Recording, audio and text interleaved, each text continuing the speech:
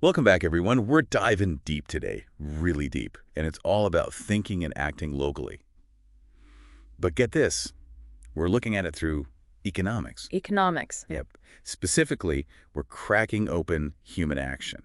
It's a book by Ludwig von Mises. Oh, yeah, that one's a bit of a beast. It is a real doorstop. But you know what? It's absolutely bursting with these incredible insights that I think are going to resonate with a lot of you. Oh, absolutely. I mean, human action, it lays down some fundamental truths about how markets actually work. Yeah. And for us, especially today, talking about thinking and acting locally, it's like looking at how those market forces play out right here in our community. Exactly. That's the connection we're making because, a lot of folks, I think, hear the word economics and their eyes kind of glaze over. It can be a little dry. Yeah, right? Like they're thinking graphs and equations. But Mises, he doesn't start there. No, not at all. He starts with something we can all get behind. Human action.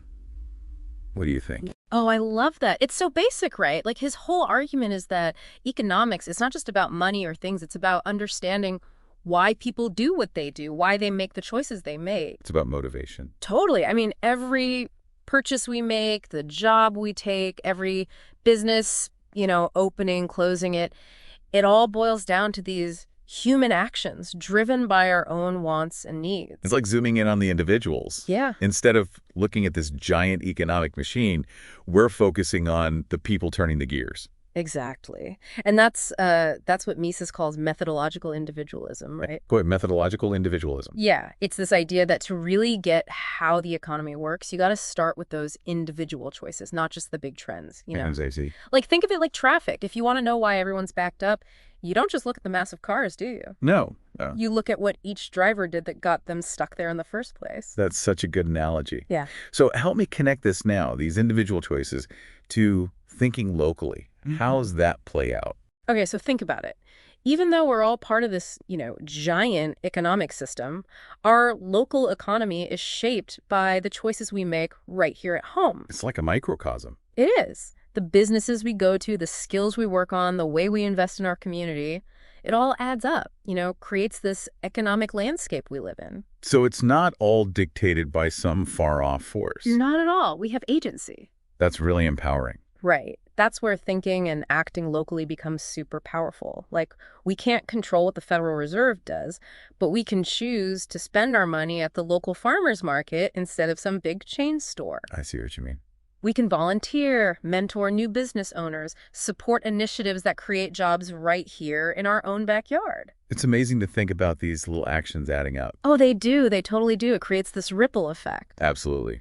Now, Mises, he also talks about value being subjective. Right, he does, and that's a big one. Break that down for us. Why is that so important? Okay, so think of something like gold, right? Gold, all right. It's shiny, yeah, but is it actually useful? Like iron builds things. Right, you can't really build a bridge out of gold. Right, but gold, historically, it's been valuable. Why? Because people think it is. I get it. It's all about perception. It is. Mises is saying value isn't some fixed thing. It's determined by people, by what they're willing to exchange for it. So to one person, a handmade craft is priceless, but to someone else, it's junk. Exactly. And that's crucial to understanding how markets function, How so? Prices, they're not just random numbers. They reflect what people want, what they're willing to pay within a specific market. It's all connected.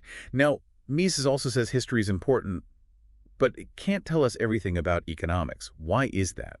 Right. So history is great for facts, but it doesn't always give us the why. Let's say a historian sees potato prices plummeted in 18 whatever. That's a fact, but it doesn't explain the economic forces behind it. We need more. Exactly. We need theory, the study of human action to figure out why those prices tanked. Was it a huge harvest? Did people stop wanting potatoes? Did the government do something? So history gives us the what, but economic theory gives us the why. Bingo. And that why is crucial if we want to make smart choices about our local economy.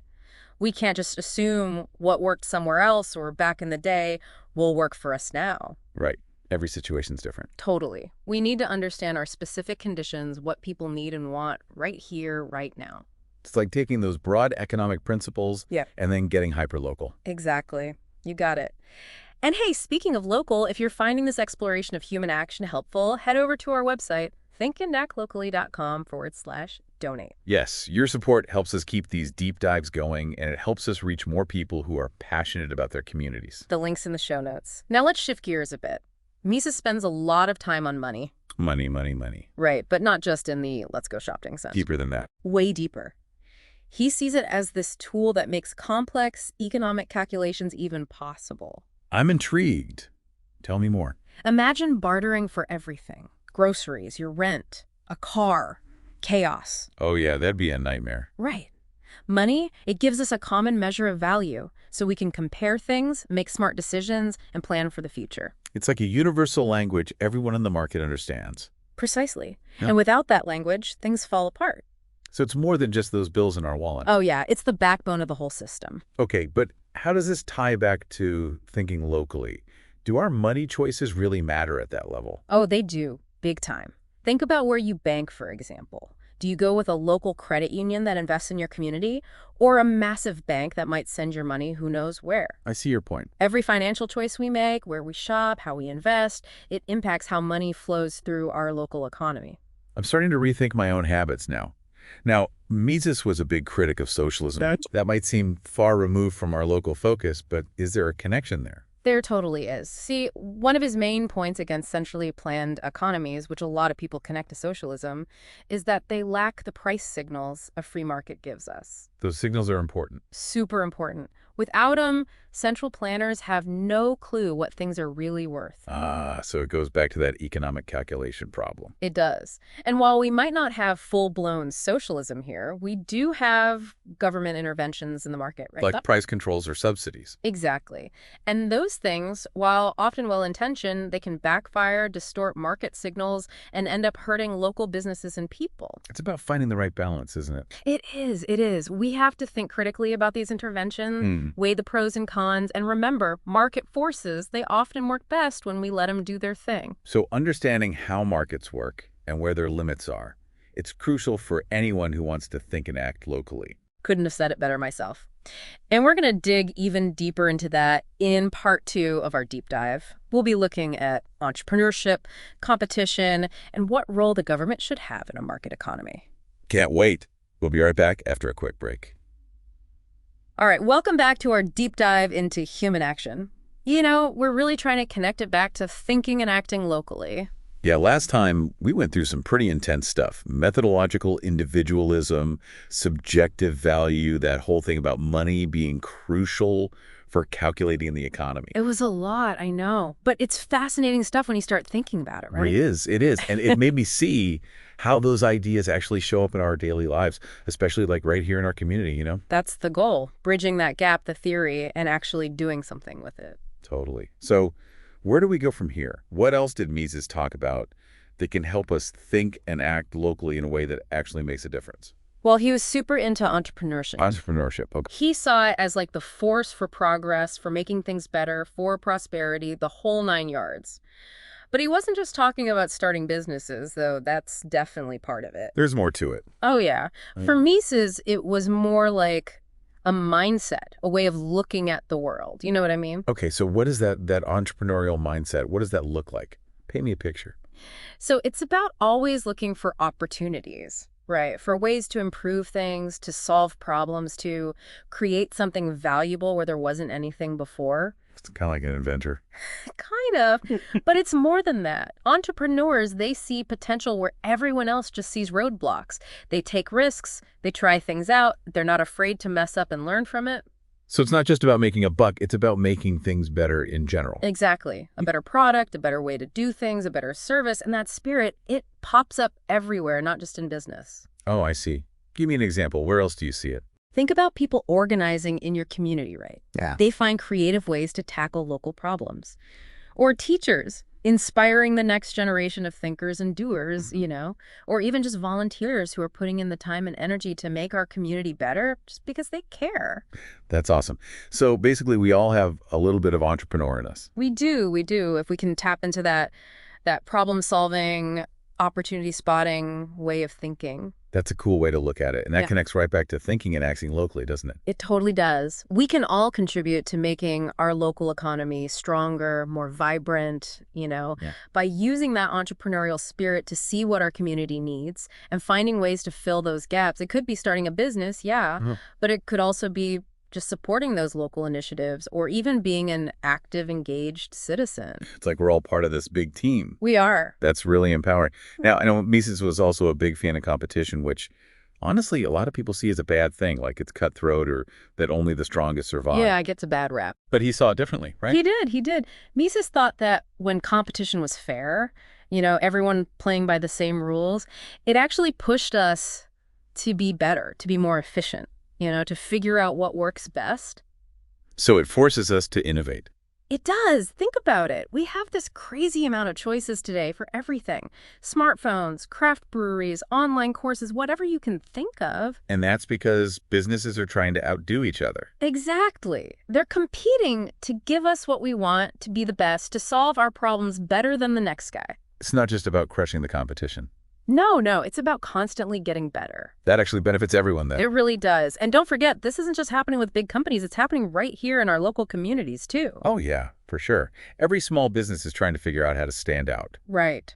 That local coffee shop starts a new rewards program.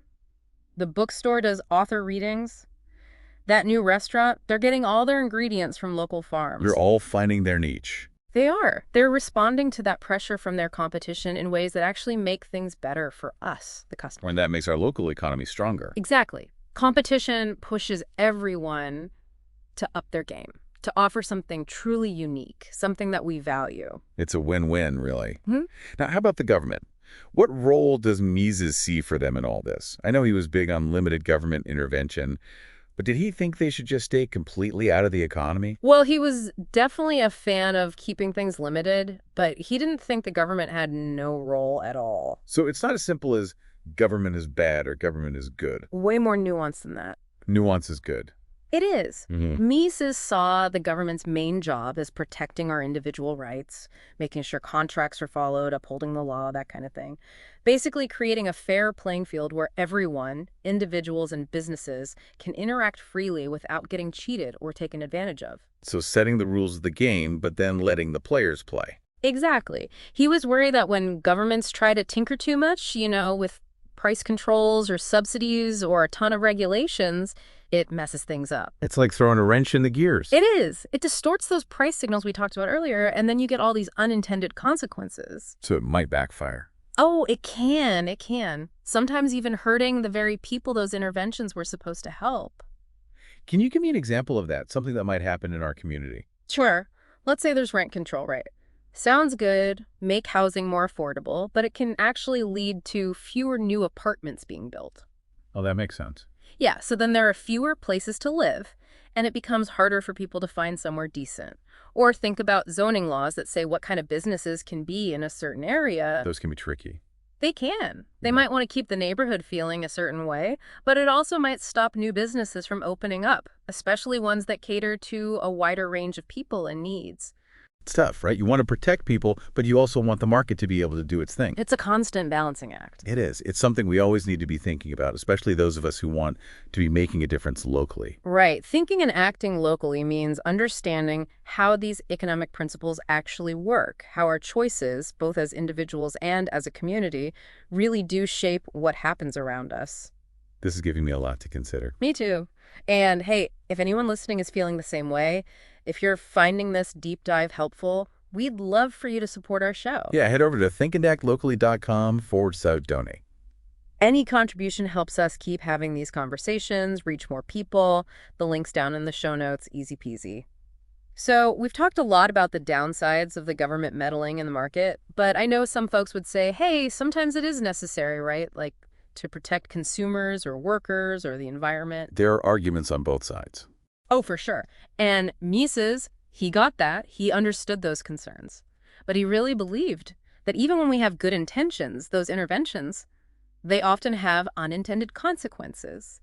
Things we didn't see coming. It could backfire, like we were saying. Exactly. He thought the market driven by our individual choices, and that price system usually did a better job at using resources wisely and coming up with new ideas.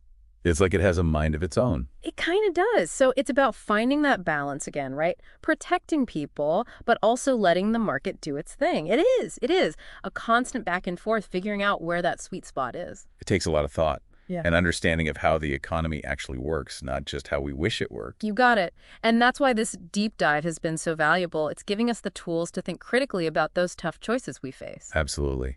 Now, I know we still have one more piece of this economic puzzle to look at. We do. Money, inflation, and the dangers of, what was it? Economic interventionism. Yeah, that's the one. Big words, but important stuff. It is. We're going to unpack all that in the final part of our deep dive. We'll talk about how Mises' ideas can help us navigate this crazy modern economy, especially right here at the local level. Stick with us. All right, welcome back to the deep dive. We're wrapping up our exploration of Ludwig von Mises' Human Action. Remember, we're trying to figure out what this dense book can teach us about thinking and acting locally, when it comes to economics. Right. It's been a journey. It has. We've talked about so much already: individual choices, entrepreneurs, competition, even how the government fits into all this. Where do we even go from here? Well, there are a few more nuggets of wisdom from Mises that I think are really, really important for anyone who wants to understand how the economy actually impacts our lives, especially right here at home. Lay it on me. What haven't we covered yet? What's the big reveal? Remember how we talked about money being this tool for, calculating in the economy? Well, Mises takes that idea even further. He sees money almost like a language. A language? Okay, that's a new one. I'm listening. Tell me more. So, imagine, right? You're a baker. You're trying to figure out how much bread to bake every day. Lots of variables there. Tons. And without money, you'd have to guess how much people would want to trade for your loaves. Maybe someone offers you potatoes, someone else a haircut, and someone else says, hey, I'll fix your roof. How do you even begin to compare those things to make a sensible decision? Yeah, that sounds like a recipe for disaster. Total chaos. And that's precisely why money is so essential. It's like this common denominator, right? It simplifies things. It does. It lets you measure the value of all sorts of different goods and services. So the baker can put a price on their bread, and customers can decide, okay, is this loaf worth that price to me? Yes or no? Makes sense. So money greases the wheels, keeps everything running smoothly. It does. And this is super important when we think about our local economy, right? How money flows through our community that can make or break businesses. It's all connected. It really is. Now, speaking of money, we got to talk about inflation. Oh, here we go. Yeah, it's a big one these days. And Mises, he saw inflation as this distortion of the market. Often he thought it's caused by governments printing too much money. So too much money chasing too few goods. Exactly. And when the supply of money grows faster than what we're producing, well, prices go up. Basic supply and demand. It is. And the scary part is our money actually loses value. So it's not just that things cost more, it's that our money itself is worth less. That's it. And that can mess things up big time. You can imagine. It makes it harder for businesses to plan ahead, people are less likely to invest, and in the end, it hurts the people who can least afford it. It's a vicious cycle. It can be. And the thing is, a lot of those policies that drive inflation, they happen at the national level, right? So what can we really do locally to protect ourselves? Look, that's the million-dollar question. If we can't control what the government's doing, how do we navigate this? Well, we might not control the printing presses, but we can still make our voices heard, right? We can advocate for smarter policies at all levels of government. Policies that don't lead to reckless spending and debt, which often fuel inflation. So think and act locally can also mean looking at those bigger economic forces and trying to influence them. Totally. And on a more personal level, we can make choices that protect our own finances. Maybe that means finding ways to earn more, making smart investments, or just being more careful with how we spend. Practical steps. I like it.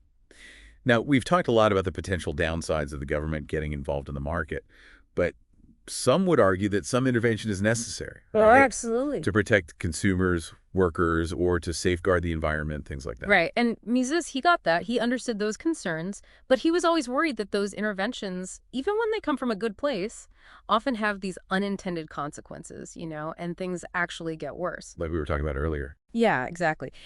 He believed that the market, with individuals making choices and that price system doing its thing, it's usually way more effective at distributing resources and coming up with innovative solutions. So it's about finding that balance again, right? Yeah. Protecting people, but also giving the market space to work its magic. It's a delicate dance, for sure.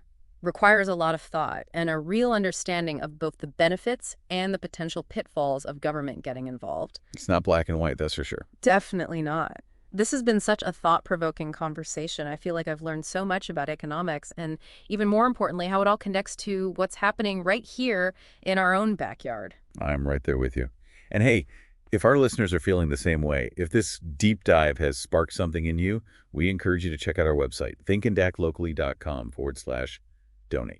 Every little bit helps us keep these conversations going, reach more people, spread the knowledge. The link's in the show notes. We've covered a lot of ground in this deep dive, from those tiny individual choices all the way up to the massive forces at play in the market. It's a lot to take in, but Mises' message, at its heart, it's one of hope and empowerment. He believed that when we understand these economic principles, when we really get it, we can make better choices, both individually and as a community. Choices that lead to a better, more prosperous future for everyone. Exactly. And it all starts right here, right now, in our own communities. Thanks for joining us on the deep dive. Until next time, keep thinking, keep acting, and keep it local.